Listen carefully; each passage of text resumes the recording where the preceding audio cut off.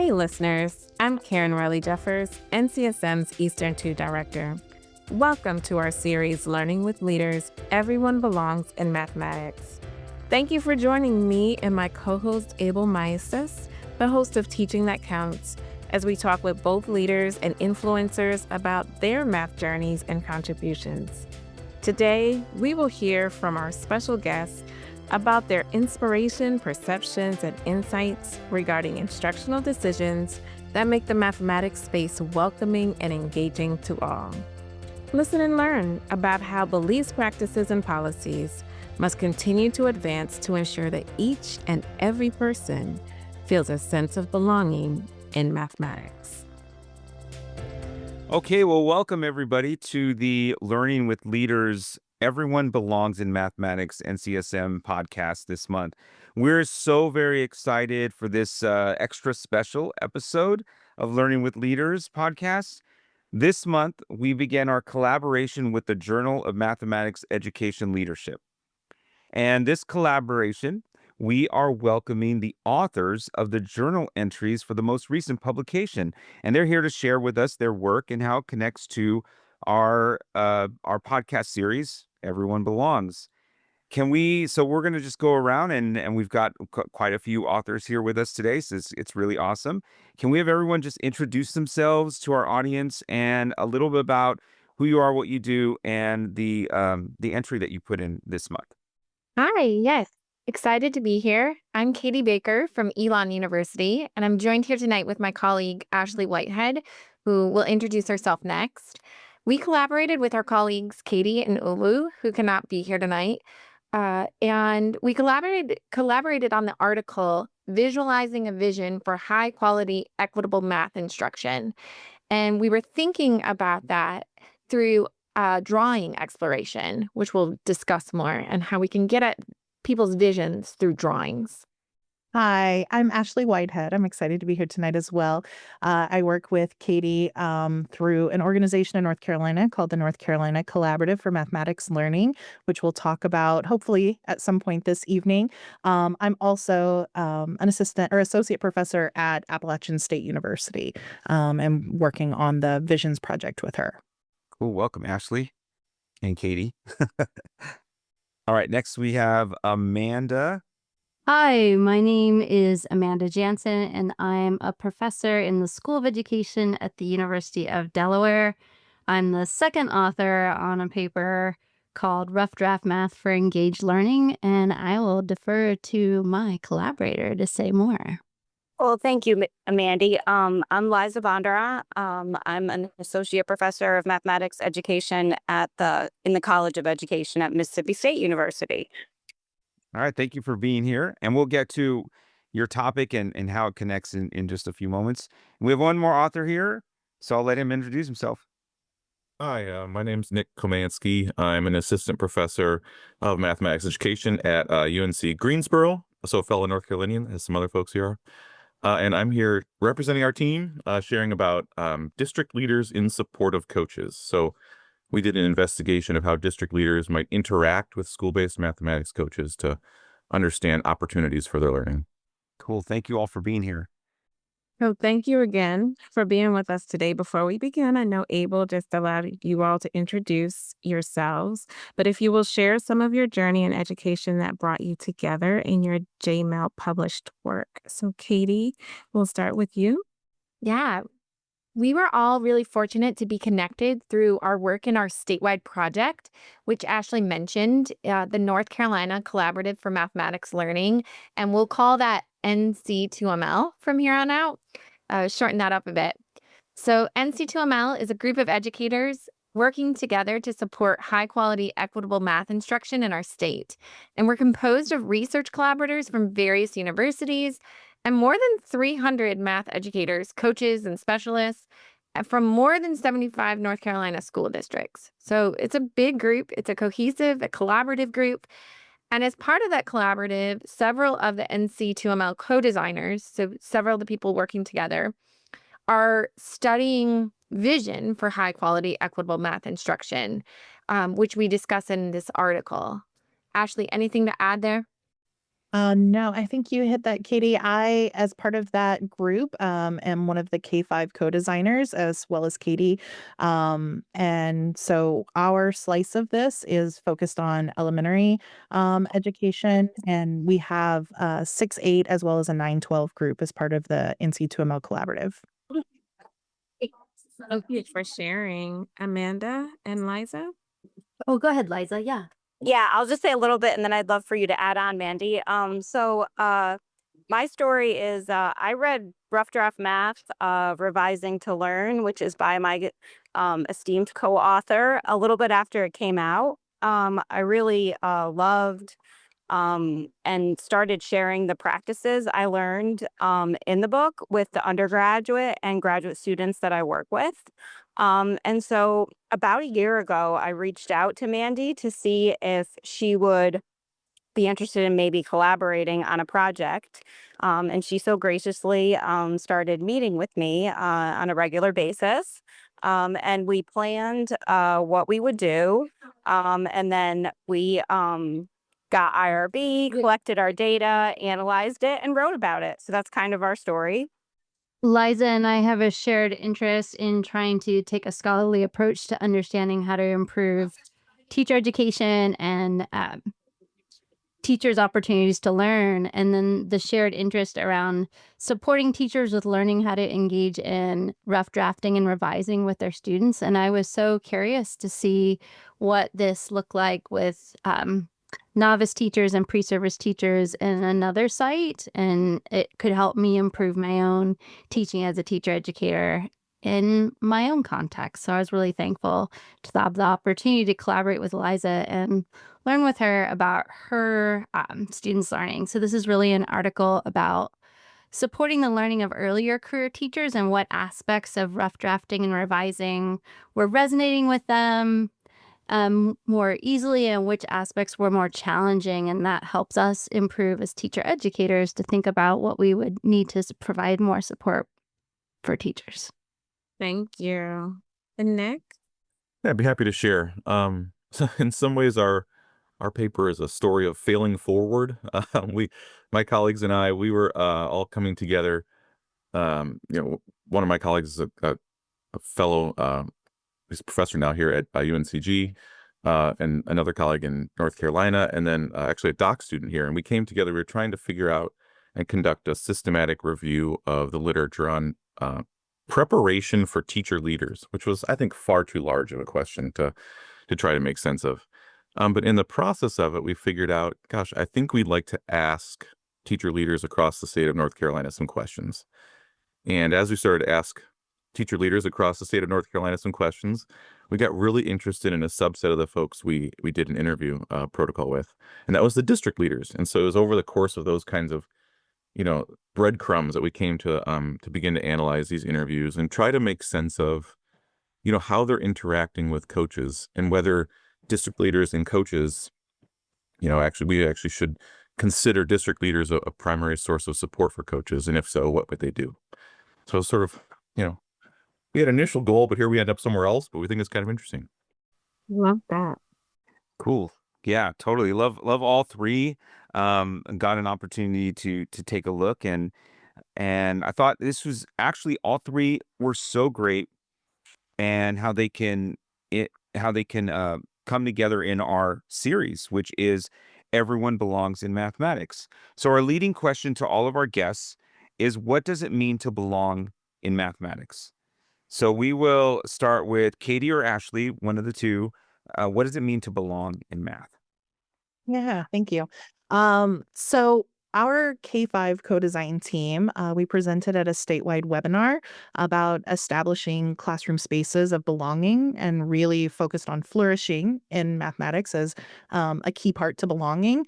One of the things that our K-5, 6-8, and 9-12 co-design teams did is read the book Mathematics for Human Flourishing by Frances Su.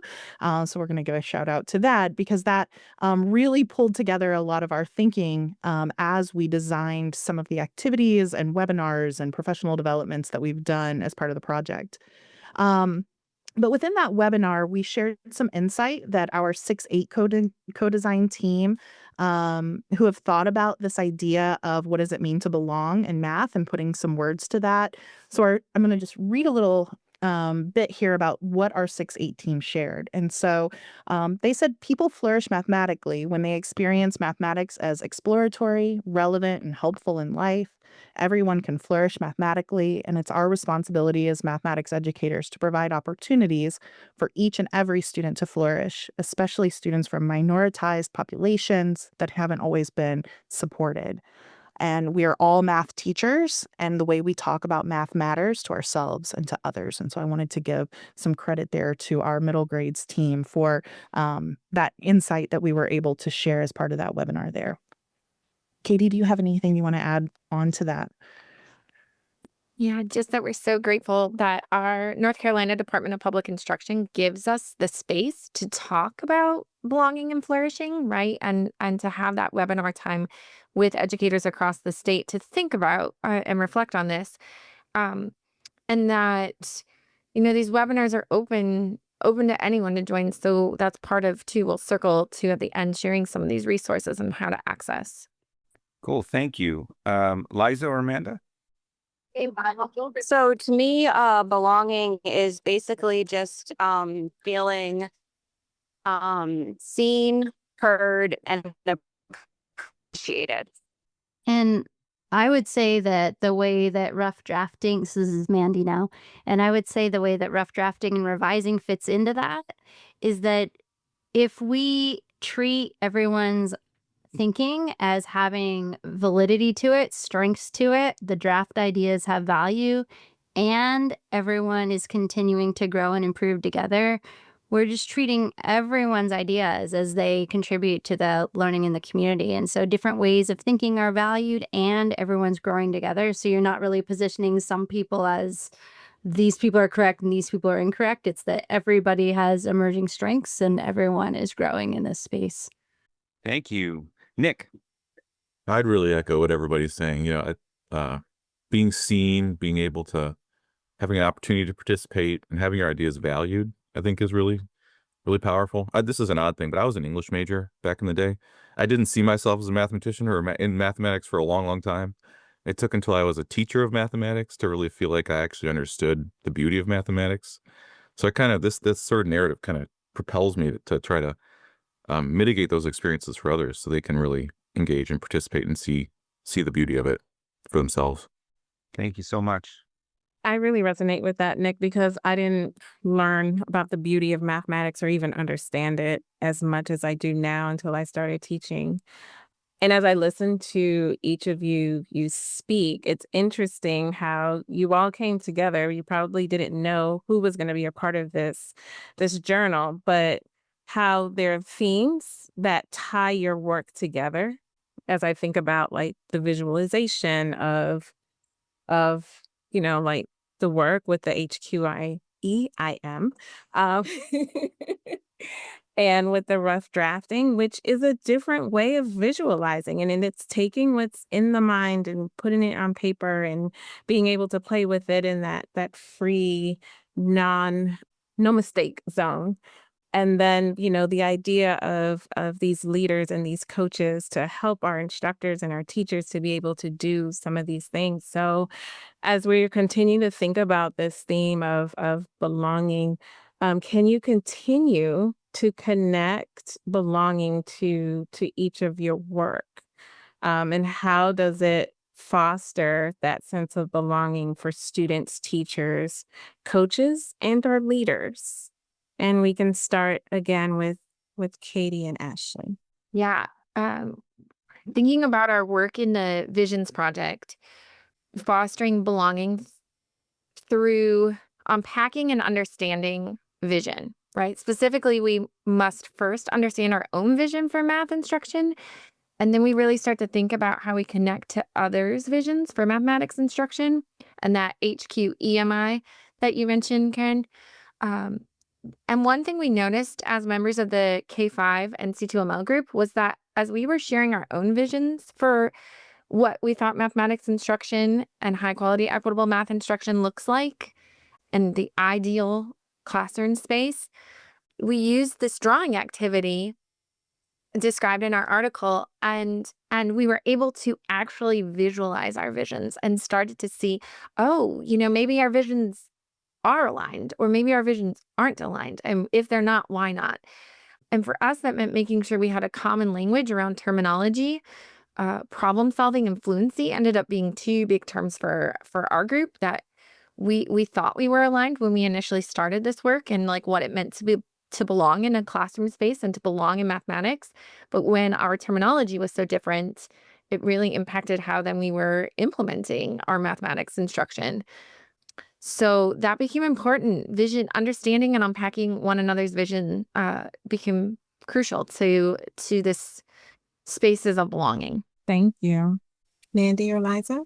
So I'll start, but then Mandy, please add on. So for me, I believe that when teachers use the rough draft math practices, more students will feel that they belong in mathematics. And the work that we wrote about is focused on helping both pre-service and in-service teachers learn about those practices.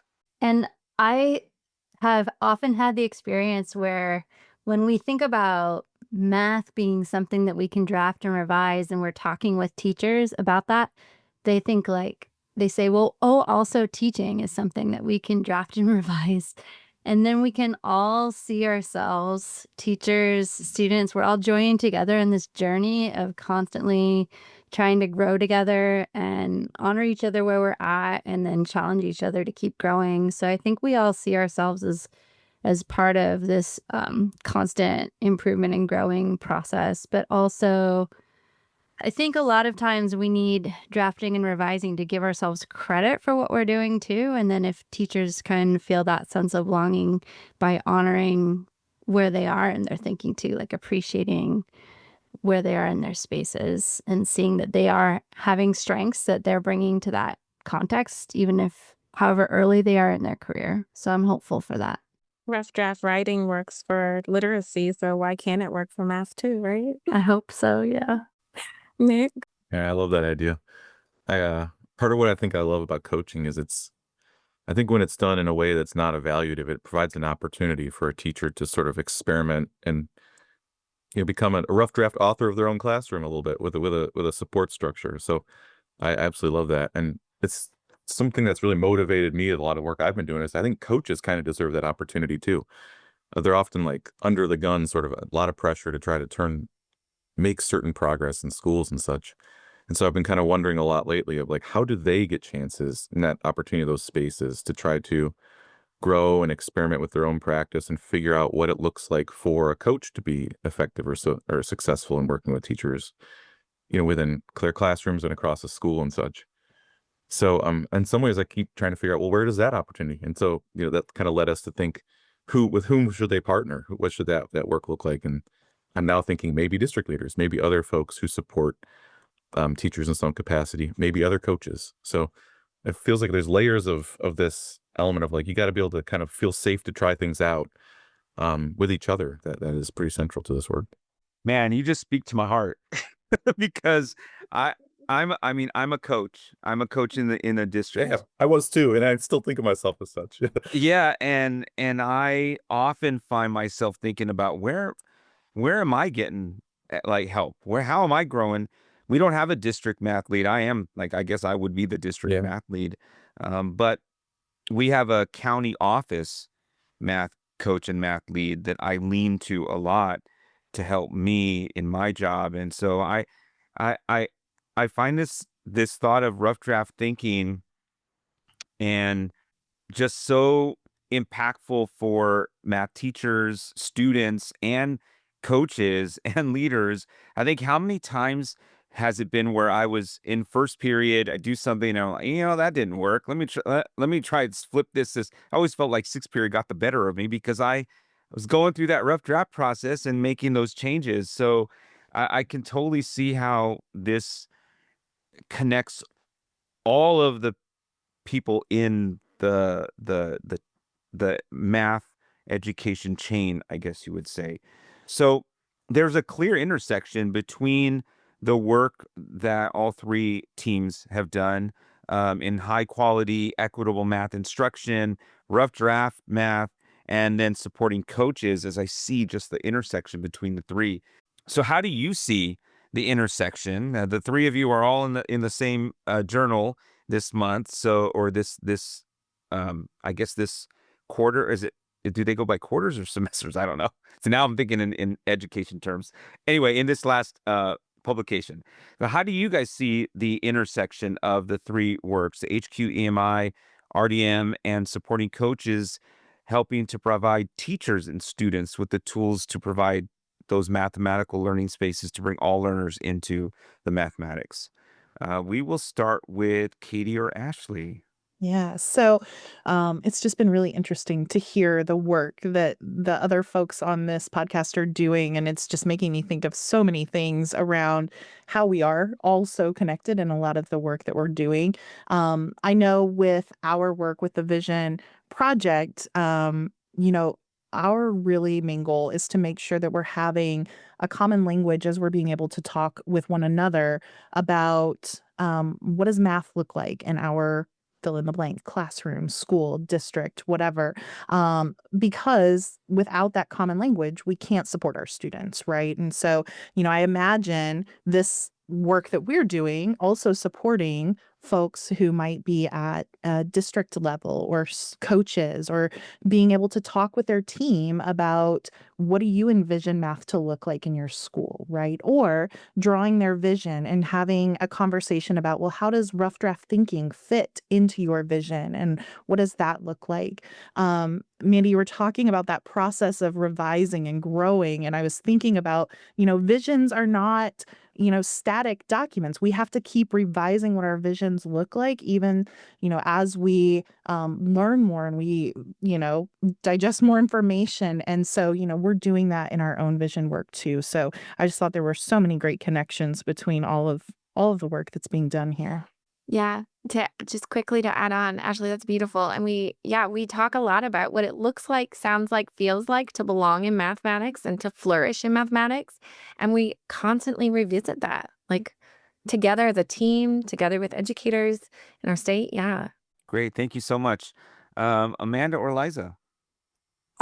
So in my opinion, I think that the belonging is definitely a common thread that goes through all of our work, which we've already talked about. But if you haven't read our article yet, what we asked the pre-service and in-service teachers were, out of these 5 rough draft math practices, which that they considered the most salient, so like the most important that they cared about, which they considered the most feasible, so like realistic to do, and then which they would like the most help and support with. And these 5 practices, which we, describe in the article, I think are very much connected to the other 2 articles. So I encourage you to read the article, read what these 5 specific practices are, and read about how pre-service and in-service teachers perceived the saliency, feasibility, and the ones that they wanted some support with. Yeah. One thing I think about is when we have some sort of shared vision, some idea that we're all trying to work toward, it's an idea, it's a vision, it's a concept.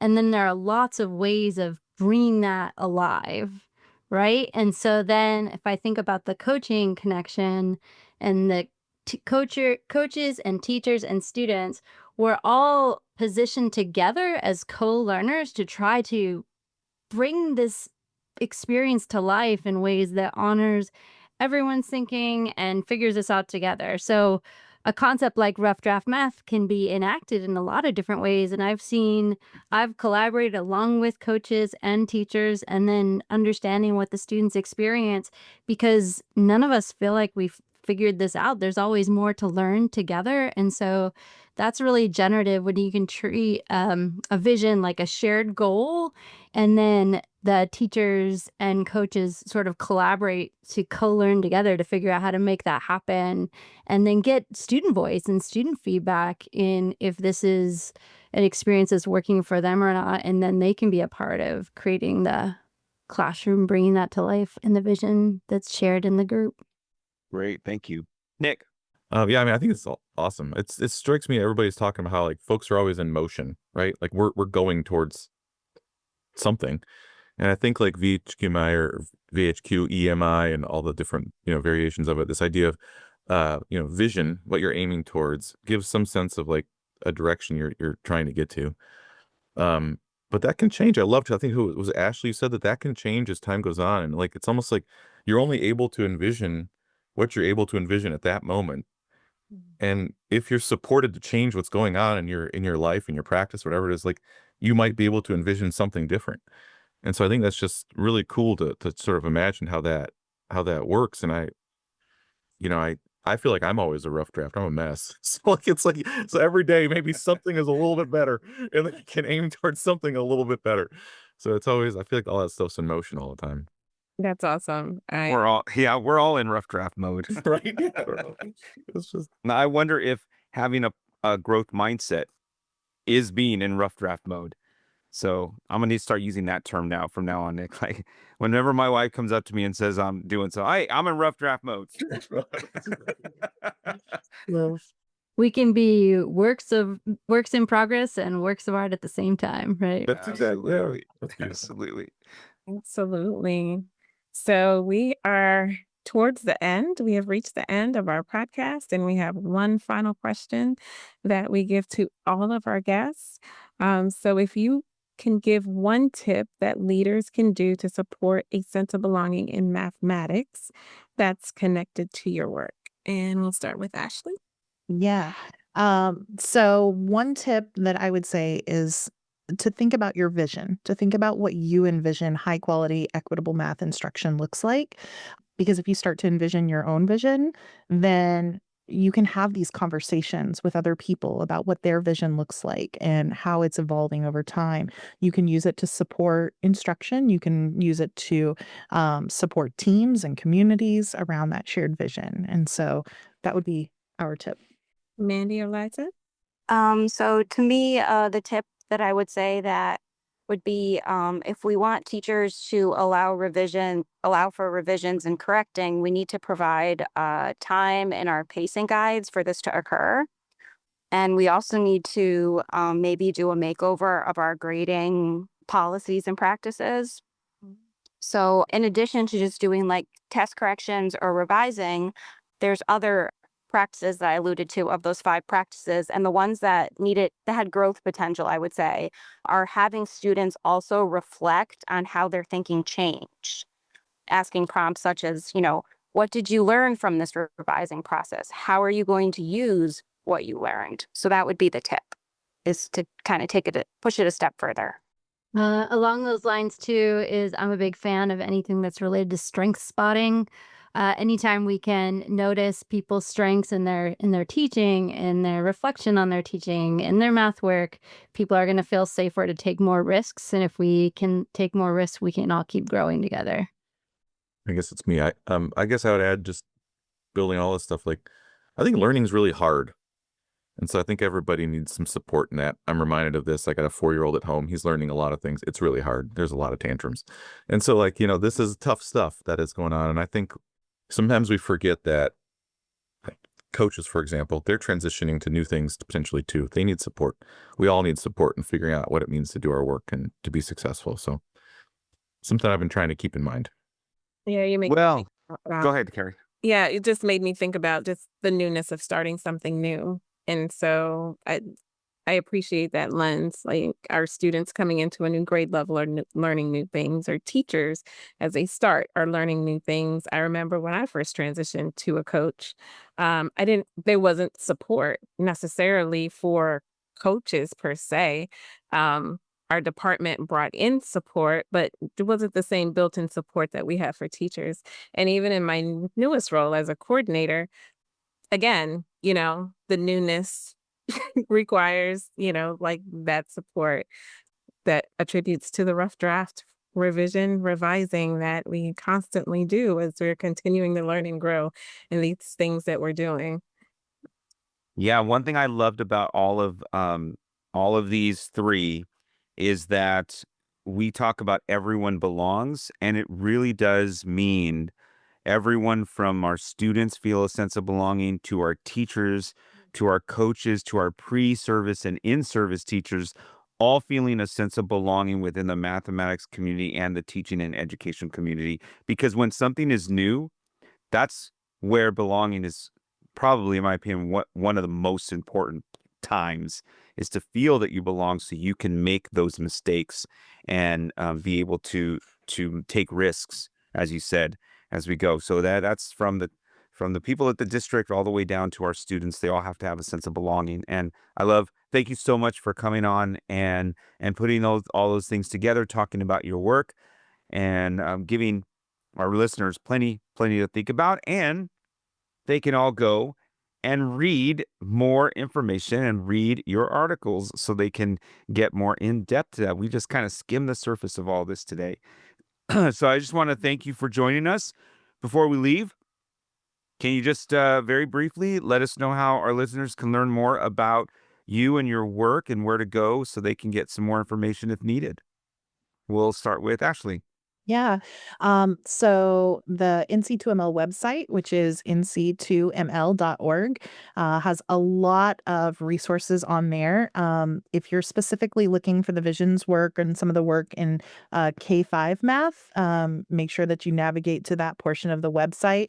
Within that, I will say there are a lot of other amazing things that this group has done. There's a whole section that we call Tools for NC Teachers. And even though you may not be North Carolina specific, they may be very helpful for you in your classroom or in your district. And so I just wanted to be able to plug those as well. Thank you. Mandy looks ready. Yeah, so we have a website for Rough Draft Math called, it says sites, sites.udel for University of Delaware, udel.edu/roughdraftmath. And there's a link at the top of that page that says resources, and there's a lot of free resources about Rough Draft Math there. Also, a lot of us in math education are migrating from Twitter to Blue Sky. Yeah. So if you want to be on Blue Sky, I'd love to talk to people about math education there. I'm Mandy Math Ed at Blue Sky Social. So I'd love to continue the conversation in social media if folks are interested. Thank you, Mandy. Liza, did you want to add anything to that? Just read the book and share it. Yeah. It's fun to do a book club, even with, coaches or leaders or math teacher educators, but also, share it with other teachers, I think. I would encourage you to read the book. It really was transformative for me in my practices. Awesome. Thank you, Nick. I'd echo what Ashley said. This occurred in the context of North Carolina, and so much of this work is very much tied to the NC2ML work. So go to the NC2ML page, discover all the awesome stuff that's there. I communicate primarily through Morse code, so reach out if you'd like that. And I Carrier pigeon. We're gonna do the carrier pigeon. Yeah, any of those things, I'll find me somehow. I do want to make another plug. It's not exactly related to this paper, but it's about coaching. I was part of a research project back when I was a graduate student, the Practical Measures, Routines, and Representations project. And we have a website, pmr2.org. And there's a bunch of really cool stuff there. There's some surveys you can use to assess the classroom learning environment. But we also recently put together some resources that outline how math coaches might implement one-on-one coaching cycles. So if you're interested in coaching, or if that's the thing that is of interest, some of those resources might be beneficial to you. And so that's pmr2.org/resources, and you can find them on there. Okay. Well, thank you all for joining us today. And I hope everyone enjoyed our conversation with the JMEL authors. Karen, anything else before we leave? No, I don't have anything else. This has been awesome. Thank you so much for joining us today. I learned a lot, as always. Thank you so much for having us. This was so fun. Thanks. Thank you. Yes, thanks so much. All right. Thank you, everyone, for listening, and we'll catch you next month. We hope that you have been inspired by this bold mathematics leadership conversation, and will tune in to our podcast series each month. If you enjoyed this episode, please share it with others, post about it on social media, or leave a rating and review. You can learn more about NCSM leadership and mathematics education and our upcoming professional learning events on the NCSM website, mathedleadership.com. You can also follow NCSM on the X at mathedleaders and using the hashtag NCSMBold. Until next time.